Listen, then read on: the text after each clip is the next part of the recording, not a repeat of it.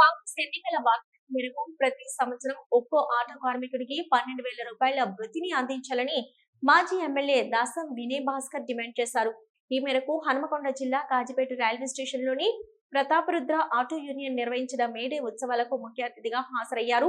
అనంతరం మాట్లాడుతూ కాంగ్రెస్ 16 నెలల పాలనలో ఆటో కార్మికుల జీవితాలు ఆగమయ్యాయని అన్నారు. ఈ కార్యక్రమంలో RPF CI Chatterjee, Prataparudra auto union అధ్యక్షులు మొట్ల నరసింగ్, ప్రధాన కార్యదర్శి సంతోష్, శంకర్ నాయక్, గడ్డం నరహరి తదితరులు పాల్గొన్నారు. మేడే సందర్భంగా ప్రపంచంలో ఉన్నటువంటి కార్మిక లోకమంతా కూడా ఆనాటి చికాగో అమరవీరులను స్మరిస్తూ ఆ ఉద్యమ స్ఫూర్తి తిరిగి అందరిలో వచ్చే విధంగా, కార్మిక లోకానికి చైతన్యం వచ్చే విధంగా ప్రతి ఏటా నిర్వహించే కార్మిక మాసోత్సవం బీఆర్ఎస్ పార్టీ అనుబంధంగా ఉన్నటువంటి కార్మిక సంఘాలతోని ఈ మాసమంతా కూడా మరి నిర్వహించబోతున్నాం. నిన్ననే బీఆర్ఎస్ పార్టీకి అనుబంధంగా ఉన్నటువంటి అనేక కార్మిక సంఘాలతోని సమావేశమై ఈ మాసమంతా కూడా కార్మిక లోకానికి అంకితం కావాలని చెప్పి మరి నిర్ణయం తీసుకోవడం జరిగింది.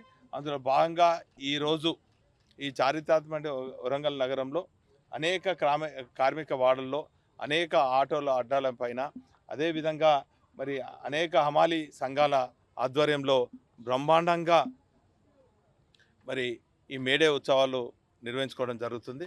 అందులో భాగంగా ఈరోజు కాజీపేట రైల్వే స్టేషన్లో ప్రతాపరుద్ర ఆటో యూనియన్ ఆధ్వర్యంలో మరి మేడే సందర్భంగా జెండా ఎగిరేయటం కాకుండా ఇక్కడ స్థానికంగా మా ఆటో డ్రైవర్లు ఎదుర్కొంటున్నటువంటి సమస్యలు, ఇటు కేంద్ర ప్రభుత్వం మరి రైల్వే స్టేషన్లలో నిర్ణయించినటువంటి ట్యాక్స్ కానీ, అదేవిధంగా గత సంవత్సరంన్నర నుంచి ఆటో కార్మికుల బతుకులన్నీ కూడా ఆత్మహత్యలకు దారితీస్తున్నటువంటి పరిస్థితులన్నీ కూడా మరి సమావేశంలో మరి అధ్యయనం చేసుకోవడం జరిగింది. మరి ఈ ప్రభుత్వాన్ని డిమాండ్ చేస్తున్నాం, మీ ఎన్నికల సమయంలో మరి ఇచ్చినటువంటి ఆటో కార్మిక సోదరులకు అందరికీ కూడా మరి 12,000 వెంటనే కేటాయించాలని, లేని ఎడల మరి దశల వారీగా ఈ ప్రభుత్వం పైన ఒత్తిడి తీసుకొస్తామని కూడా ఈ సందర్భంగా తెలియజేస్తున్నాం. అదే తీరుగా మరి ఇటు అంగన్వాడీ టీచర్లు కానీ, రెండో ఎన్ఎంఏ టీచర్లు కానీ, ఎన్ఎంఏలకు కానీ మీరు ఎన్నికల సమయంలో ఇచ్చినటువంటి మరి హామీ కూడా నెరవేర్చలేరు. అదేవిధంగా మా గ్రామీణ ప్రాంతంలో ఉన్న ఉపాధి హామీ వాళ్ళకు కూడా మరి 150 రోజులు పని దినాలు పెంచాలి, అదేవిధంగా ప్రతి 350 మరి ఒకరికి ఇవ్వాలని చెప్పి మా పార్టీ మరి నిర్ణయం తీసుకోవడం జరిగింది.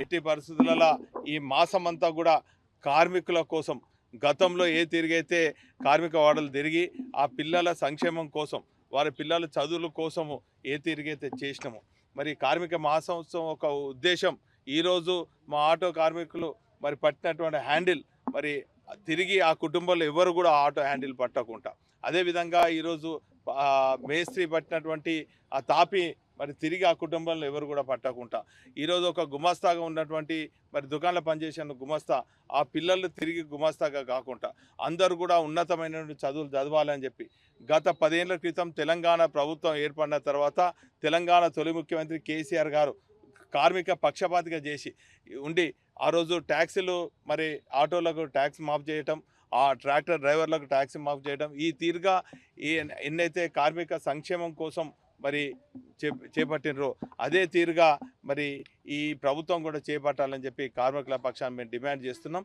ఇప్పటికే మా హన్మకొండ లేబర్ ఆఫీస్ కార్యాలయంలో 4,000 పెండింగ్ ఇన్సూరెన్స్ స్కీములు ఉన్నాయి. వెంటనే 10 రోజులలో అందరికి కూడా క్లెయిమ్స్ కనుక ఇవ్వకుంటే ఖచ్చితంగా మరి డీసీఎల్ ఆఫీస్ను మరి జేసీఎల్ ఆఫీస్ను ముట్టడిస్తామని కూడా ఈ సందర్భంగా హెచ్చరిస్తూ, మరి ఈ ప్రభుత్వం కార్మిక వ్యతిరేక ప్రభుత్వం, ఇదే కాకుండా కేంద్రంలో ఉన్నటువంటి బీజేపీ ప్రభుత్వం కార్మిక వ్యతిరేక మరి చట్టాలను తీసుకొచ్చింది. మరి పోరాడి సాధించినటువంటి మరి అనేక హక్కులను కూడా కాలరాస్తూ 4 కోడ్లు తీసుకొచ్చింది.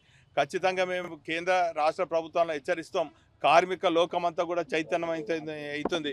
ఇప్పటికైనా కూడా మీరు కార్మిక వ్యతిరేక నిర్ణయాలను ఆపి కార్మిక సంక్షేమం కోసం పోరాడాలి. ఈ మాసమంతా కూడా మా కార్మిక లోకంకి అంకితం చేస్తామని కూడా ఈ సందర్భంగా తెలియజేసుకుంటూ మరోసారి అందరికి కూడా మేడే శుభాకాంక్షలు.